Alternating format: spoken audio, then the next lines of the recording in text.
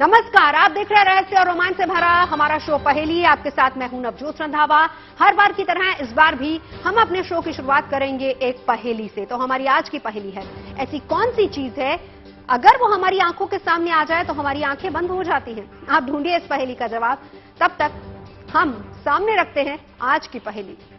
आज हम आपको एक उल्टे मंदिर की कहानी बताएंगे। जी हाँ, शायद पूरी दुनिया का इकलौता उल्टा मंदिर हुई है। बेमिसाल है इस मंदिर की संरचना, लेकिन आज से तकरीबन 1000 साल पहले किसने इसकी परिकल्पना की होगी और वो कैसे कारीगर होंगे जिन्होंने इसे साकार किया होगा। कहते हैं कि अगर किसी विशाल मंदिर को उल्टा कर दिया जाए तो हूबहू इस इमारत की तरह दिखेगा। इस इमारत के बारे में कई रहस्य हैं जो आज भी अनसुलझे हैं।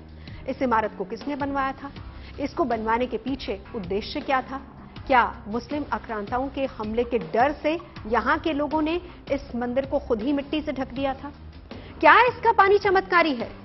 ये कुछ ऐसे सवाल हैं जिनकी पड़ताल के लिए हम निकल पड़े आज की पहेली के साथ।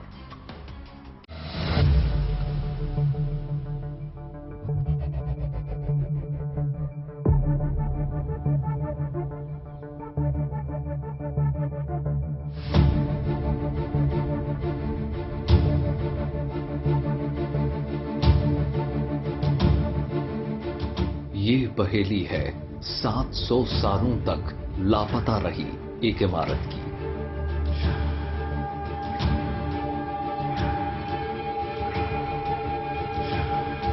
ये पहेली है 1000 साल पुराने शिल्पकला के अद्भुत ज्ञान की, जो आज कल्पना से भी परे है।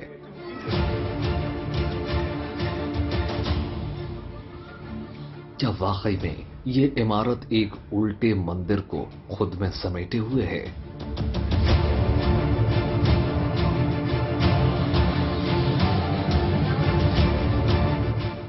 आखिर इसे एक उल्टे मंदिर की संरचना में क्यों ढाला गया होगा? आखिर क्यों इस इमारत में एक भी शिलालेख नहीं मिलते? इस मंदिर में इसे बनवाने वाले का कोई प्रमाण क्यों नहीं है? अगर वाकई एक रानी ने अपने पति की याद में इसे बनवाया था तो इस बात का किसी ग्रंथ में कोई उल्लेख क्यों नहीं मिलता? दावा यह भी किया जाता है कि इस इमारत में 30 किलोमीटर लंबी एक सुरंग भी निकलती है जो पास के सिद्धपुर शहर तक जाती है। ये संरचना देखने में किसी गुप्त तहखाने सी नजर आती है जो तिलिस्म से भरी हुई है। पग पग पर एक नया राज यहां नजर आता है।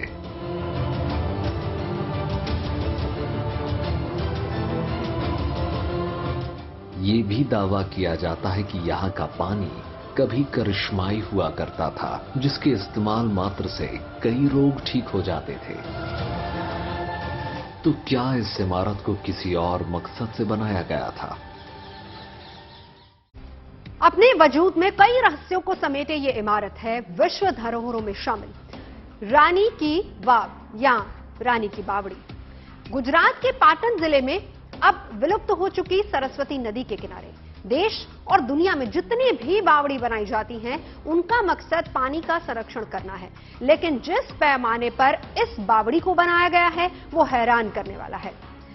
7 तल, 800 से ज्यादा कलाकृतियां, 100 फुट गहरा कुआं और आश्चर्यचकित करने वाले उल्टे मंदिर वाला वास्तु।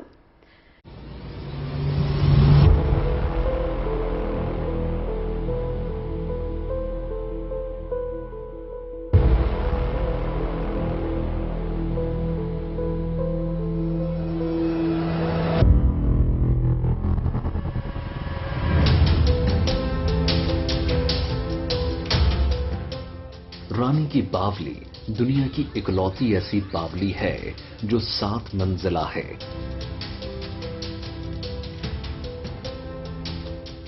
जिसको बनवाने की तकनीक अविश्वसनीय है, इसलिए क्योंकि एक्सपर्ट दावा करते हैं कि अगर इस बावली को जमीन पर सीधा रख दिया जाए तो एक विशाल मंदिर हमारे सामने आ जाएगा।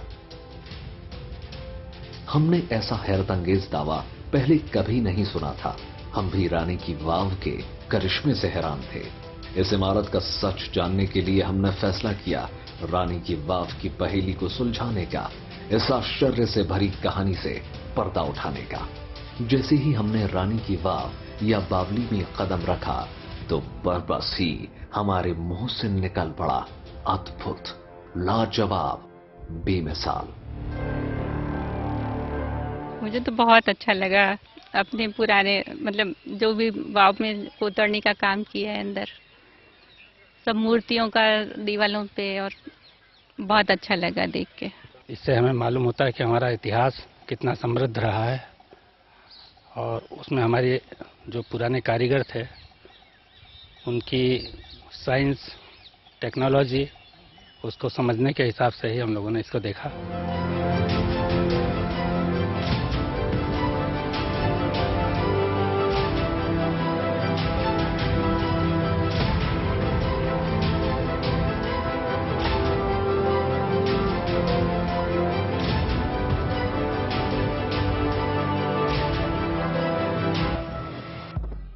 कहते हैं कि 13वीं सदी में सरस्वती नदी में आई बाढ़ ने रानी की वाव को अपने आगोश में ले लिया था और इसका अस्तित्व करीब 700 साल तक दुनिया से ओझल रहा। सैकड़ों सालों तक इस बावली में कोई नहीं आया था, लेकिन कहते हैं कि 1890 में दो अंग्रेज आर्कियोलॉजिस्ट हेनरी कर्जन्स और जेम्स बर्गीस ने इसका पता लगाया और तब उन्हें वहां कुछ खंभों के सिवाय और कुछ नजर ही नहीं आया। पूरी इमारत ही मिट्टी का बड़ा सा टीला बन चुकी थी। उन्होंने जब इसकी खुदाई शुरू की तो पता चला कि ये तो बहुत ही विशाल संरचना है जिसका कोई अंत ही नहीं है।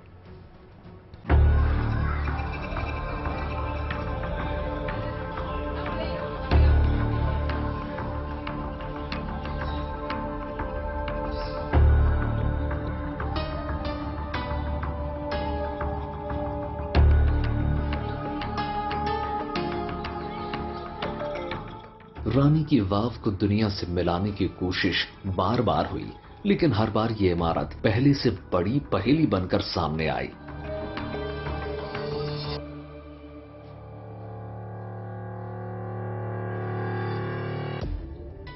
जब भी इसकी खुदाई शुरू होती, उतनी ही दफा इस बावली की तह खुलती चली जाती और हर बार पूरी तरह से इस इमारत को दुनिया के सामने लाने का इरादा छूट जाता।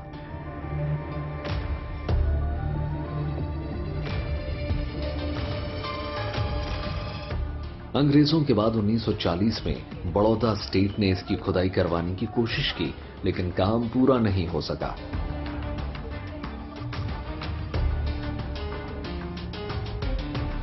अब आर्कोलॉजिकल्स ऑफ इंडिया ने इसके ऊपर रिसर्च किया और एएसआई ने 1958 से डिगिंग करना, खुदाई करना स्टार्ट किया और 1990 में फिनिश किया। तो 32 ईयर्स में पूरा स्ट्रक्चर खुदाई करके बाहर निकाला और 2014 में ये वाव वर्ल्ड हेरिटेज यूनेस्को में गया। रानी की वाव रहस्यों से भरी है। हम भी इसकी तह तक जाना चाहते हैं, लेकिन पहले जान लेते हैं गुजरात के राजवंश के बारे में। कहते हैं कि पहले पाटन गुजरात की राजधानी हुआ करता था। सबसे पहले गुजरात में चावड़ा वंश आया था। चावड़ा वंश के राजा वनराज चावड़ा ने पाटन को 746 ईस्वी में विकसित किया था। उस समय इसे अन्हिलवाड़ पाटन के नाम से जाना जाता था, जो कालांतर में पाटन कहलाने लगा। बाद में यहां सोलंकी और चालुक्य वंश का प्रारंभ हुआ। सोलंकियों ने करीब 350 साल तक गुजरात पर शासन किया, जो पाटन का स्वर्णिम काल माना जा सकता है। कहते हैं कि सोलंकी राजवंश के राजा भीमदेव सोलंकी की याद में उनकी रानी उद्यमती ने ये बावड़ी बनवाई थी, जिसे बनने में करीब 41 साल लग गए। राजा भीमदेव सोलंकी ने ही मोडेरा का सूर्य मंदिर भी बनवाया था, जिसकी कहानी हम पहले ही दिखा चुके हैं। तो रानी जी ने वाव ईस्ट सन 1022 से 1063 के अंदर बिल्ड किया, एडी 1022 to 63। तो बिल्ट ऑन 41 ईयर्स, बनने में 41 साल लगा। 11वीं सेंचुरी के लास्ट क्वार्टर में तो 1000 ईयर ओल्ड है। ज़्यादातर राजा अपनी रानी के लिए मॉन्यूमेंट बनाते हैं, लेकिन यहाँ बिल्कुल उल्टा है। रानी उदयमती जी ने अपने हस्बैंड भीमदेव सोलंकी फर्स्ट की याद में बनाई, की मृत्यु के बाद। तो तो प्रेम का एक प्रतीक माना गया है, लव सिंबल माना गया है। आप पूरे भारत में नहीं पूरे वर्ल्ड में घूमेगा तो लेडीज ने बनाया स्टेपवेल नहीं मिलेगा। केवल ये ऐसा वाव है जो लेडी ने, स्त्री ने, एक रानी ने बनवाया है। लेकिन इस पूरी इमारत में ना तो कोई शिलालेख है और ना ही राजा भीमदेव की कोई प्रतिमा, जिससे ये साबित हो सके कि रानी उद्यमती ने ये बावली बनवाई थी। सिर्फ एक जैन भिक्षु मेरी तुगन के लेख में ये जिक्र आता है कि 1663 में रानी उद्यमती ने एक ऐसी बावली बनवाई थी जिसके सामने सहस्रलिंग तालाब भी फीका है। साथ ही 1986 में भारतीय पुरातत्व सर्वेक्षण विभाग की खुदाई में एक प्रतिमा भी मिली थी, जिसके बारे में ये माना जाता है कि ये रानी उद्यमती की मूर्ति है। कहते हैं कि राजस्थान और गुजरात में पानी की बहुत किल्लत हुआ करती थी, इसलिए आपको पानी स्टोर करने के लिए बावली भी सबसे ज्यादा यहीं पर देखने को मिलेंगी, जो अपने खूबसूरत शिल्प के लिए दुनिया भर में प्रसिद्ध हैं। अब रानी ने वाव क्यों बनवाया, उसका 2 रीजन है।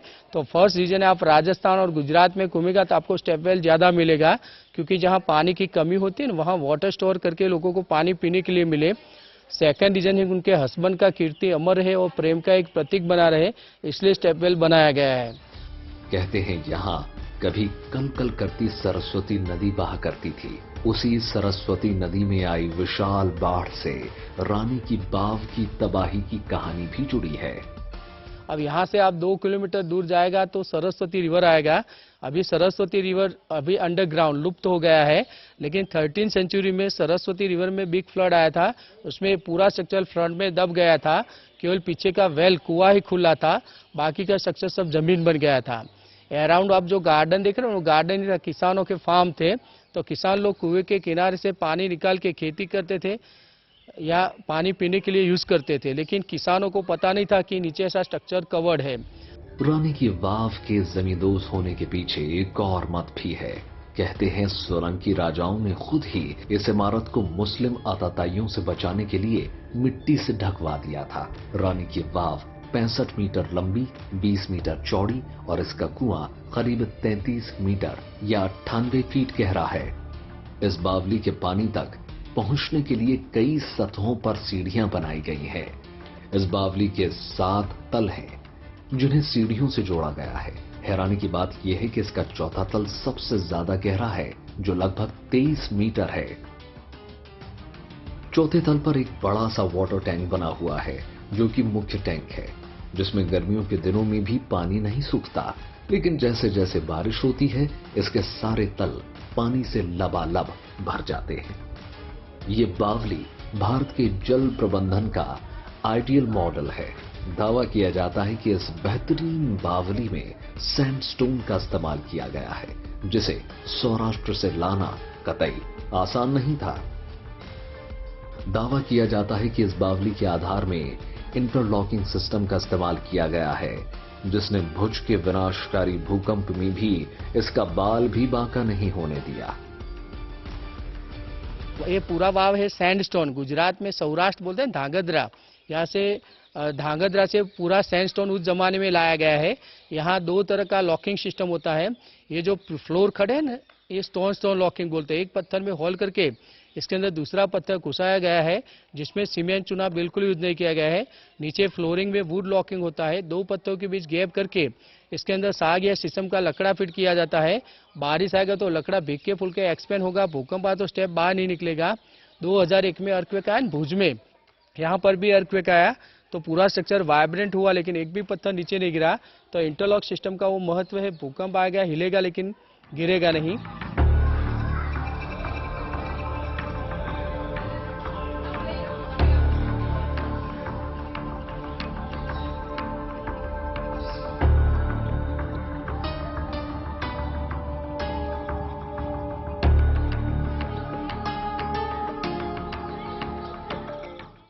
पाटन में मिली बावली भारतीय वास्तुकला का एक बेजोड़ नमूना है। मारू गुर्जर शैली, जो कि पश्चिमी भारत में ज्यादा पाई जाती है, और ये कला भारत में मध्यकाल में देखने को मिलती थी। इस वाव का सबसे बड़ा अजूबा तो इसकी बनावट से जुड़ा हुआ है, यानी उल्टे मंदिर के आकार में बनी एक बेहतरीन इमारत। भारत सरकार ने जो नया 100 रुपए का नोट जारी किया है, उसमें भी इस ऐतिहासिक रानी की वाव की तस्वीर छपी है।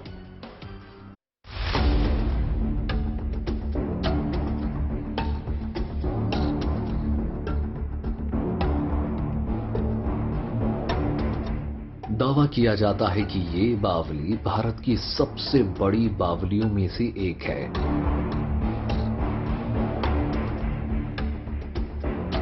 जो कि लगभग 6 एकड़ में फैली हुई है। देखने में ये बावली ऊंचाई पर चौड़ी और नीचे संकरी नजर आती है। कहते हैं कि ज्यादातर निशानियां राजाओं ने अपनी रानी की याद में बनवाई हैं, लेकिन इस बावली को रानी उद्यमती ने अपने पति भीमदेव प्रथम की याद में बनवाया था, जिसका मकसद था यहां पानी को इकट्ठा करके सोलंकी साम्राज्य तक पहुंचाना। लेकिन इस बावली का इस्तेमाल सिर्फ पानी के लिए नहीं होता था। इस बावली का उपयोग धार्मिक और राजनीतिक विचार विमर्श के लिए भी किया जाता था। इस बावली में 800 से भी ज्यादा मूर्तियां बनी हैं, जिसमें भगवान विष्णु के अलग अलग अवतार हैं। उस समय के कलाकारों ने यहाँ ऐसे देवताओं की मूर्तियां ज्यादा बनवाई थी जिनका पानी से संबंध था, जैसे इंद्र, वरुण और वराहदेव।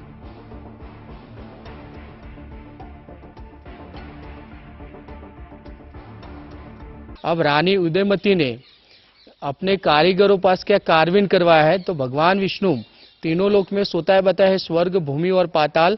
इसके अंदर विष्णु भगवान के 10 अवतार है, उसके अंदर विष्णु भगवान के 24 स्वरूप है, 299 अप्सरा उस टाइम की नारियों के मेकअप स्टाइल, हेयर स्टाइल, 16 सिंगार, ज्वेलरी और 14 विष कन्याएं बताई गई है। इस मंदिर में देवी देवताओं की कई भाव भंगिमाएं मिलती हैं। द्वापर युग में भगवान श्री कृष्ण के साथ उनके भाई बलराम की भी मूर्ति की नक्काशी भी जीवंत जान पड़ती है।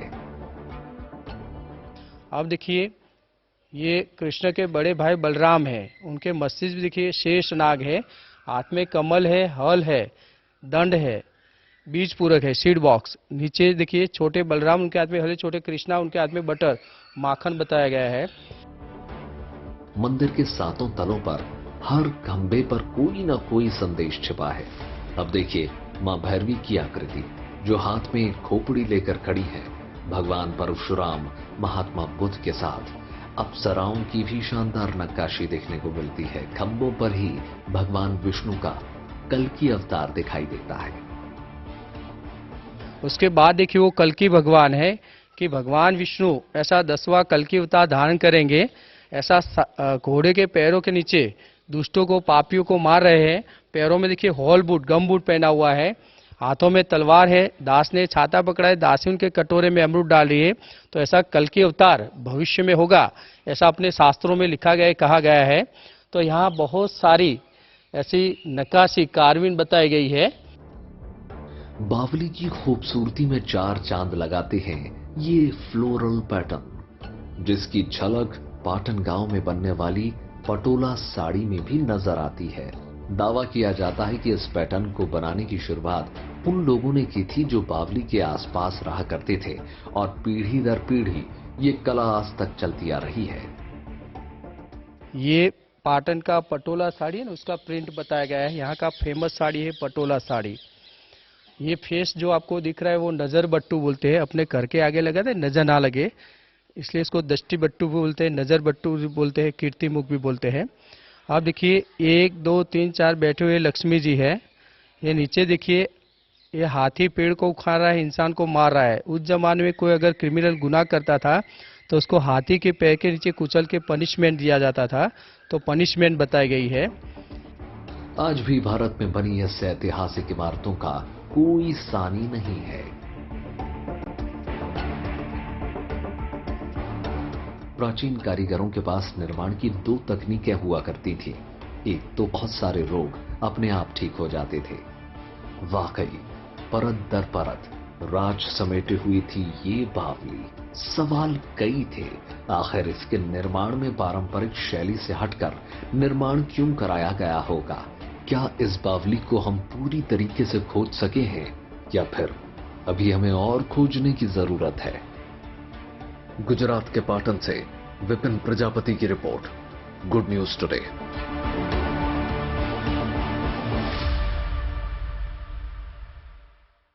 क्या इस खूबसूरत संरचना को बनाने में सिर्फ एक राजा और रानी की कहानी रही होगी, या इसकी वास्तविकता कुछ और भी है? अभी भी इस पूरे इलाके की खुदाई नहीं हो पाई है। अभी भी इस बावड़ी ने अपने सारे राज नहीं उगले हैं। क्या पता कुछ सालों में रानी की बात की पूरी सच्चाई हमारे और आपके सामने हो। तो थी ना ये दिलचस्प पहेली।